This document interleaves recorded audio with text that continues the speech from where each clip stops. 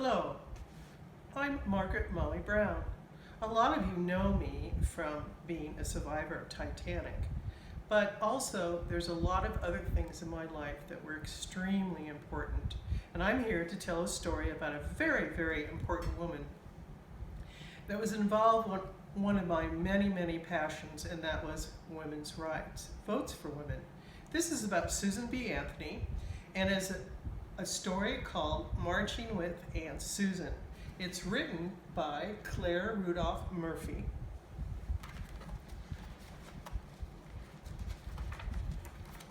This is through this young girl's eyes. Papa took my brothers hiking, but not me. Strenuous exercise is not for girls. Bessie, he told me, you're not strong enough, Ernie said. It's not ladylike, Charlie added. I can ride my bike faster than anyone on the block, told my brothers, even you.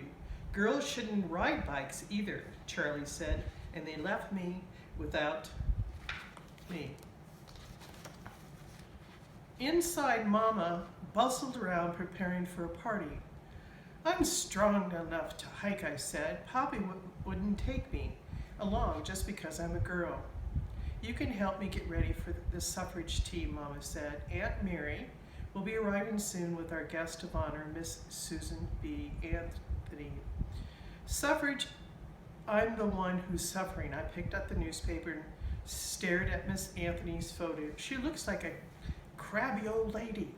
A crabby old lady who has fought 40 years for women's rights, Mama said, even when people threw garbage at her and called her names. At the tea, everyone swarmed around Miss Anthony. They called her Aunt Susan, even though they weren't related to her. She spoke about the long fight for equal rights. She told us that children should grow up in a world where both men and women were free. Later, Aunt Mary introduced me to Aunt Susan. Why can't girls do the same thing as boys? I asked her. She shook her head. When I was your age, my teacher thought only boys were smart enough to learn long division. That's not right, I said. Come to the rally in San Francisco tomorrow, Bessie. Women's votes can help change the world. Golden Gate Auditorium was so crowded that I could barely breathe. Aunt Susan stood on a stage surrounded for hundreds of people. Her voice thundered across the hall. The votes of all people, including women with men, will surely bring about the wisest and best government of the world has ever seen.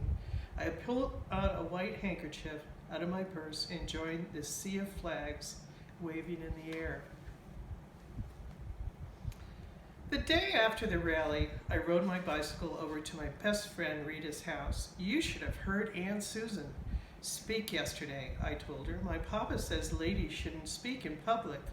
Rita said, Aunt Susan says that girls are just as smart as boys. We should get to help and make decisions too.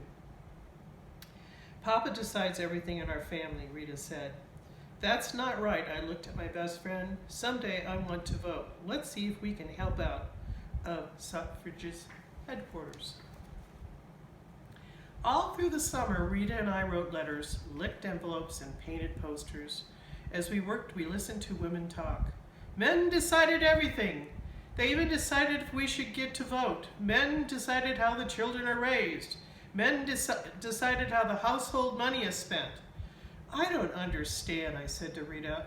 I get to spend my allowance any way I want, and Mama makes decisions about lots of our purchases.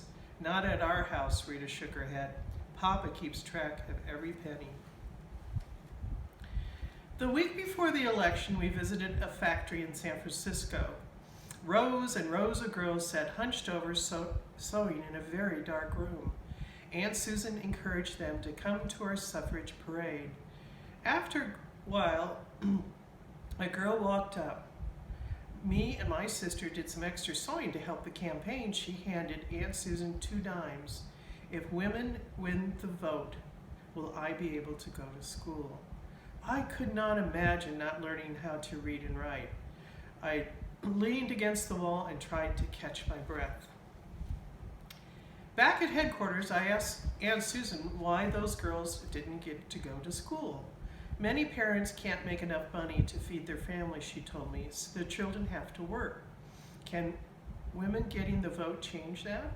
Aunt Susan nodded. We can work to pass laws that will help adults and children. I dumped out all the coins in my purse and handed them to her.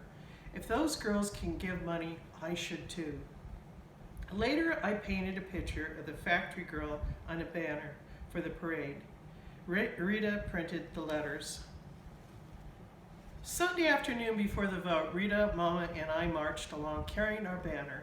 The crowd cheered as we sang new lyrics to My Country 'Tis of Thee. Our country now from thee, claim we our liberty in freedom's name. Guarding homes, altar fires, daughters of patriot sires. Their zeal our own inspires, justice to claim. But then men began shouting, women belong in the kitchen, girls belong at home. Rita's father appeared and dragged her away. No daughter of mine will parade in the streets. A boy splattered an egg down the front of my white dress. What do you want to be, a man? He yelled. I stood frozen, watching the oozing yellow stain spread until Mama picked up Rita's end of the banner and we marched on. When he heard what had happened, Papa brought a new white dress. If only it was that easy to win the election. Monday after school, Mom and I stood on the ferry launch and held up a new sign. Remember your daughters, vote yes on referendum number 6.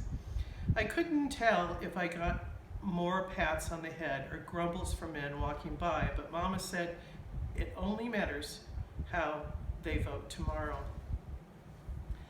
The day after the election, my brothers raced me home from school. Charlie grabbed the newspaper off the front porch. Women lost the vote, he shouted. I leaned my bicycle against the house and snatched the newspaper out of his hand. What are you so bad about? Asked Ernie. Someday you'll get to vote. You don't even care. Mama is as smart as Papa, and I'm as smart as you. We should get to vote too. Mama came out and picked up my bicycle. Aunt Susan says that a bicycle gives a woman freedom. Teach me how to ride, Bessie. It's hard to do, I said, sitting down on the steps. When you first tried to ride, you kept falling and scraping your knees, she reminded me, but you didn't give up. Finally, I showed her what to do, how to mount the bicycle, balance, pedal, and drag her feet to stop. When Papa arrived home, Mama was wobbling up and down the street. I'm sorry about the election, Bessie, he said. Girls should be allowed to do the same things as boys, Papa. Why didn't we go hiking this Saturday, he asked. Thanks, Papa, I said, grabbing his hand, and Sunday there's a rally for the next suffrage campaign. Come march with Mama and me. What's exciting about Susan B. Anthony, this was a story told in May through November of 1896. Susan B. Anthony continued to work on until her death, and a lot of other famous women went ahead and picked up where she left off to march and rally for women to vote. This year is a very important year. This is a 100-year anniversary of when women were allowed to vote. I hope you have an opportunity soon to come visit the Molly Brown House Museum. We are very focused on Margaret's involvement, I being me, and lots of all the famous women that made us have the opportunity today to vote. Thank you for joining me with my story.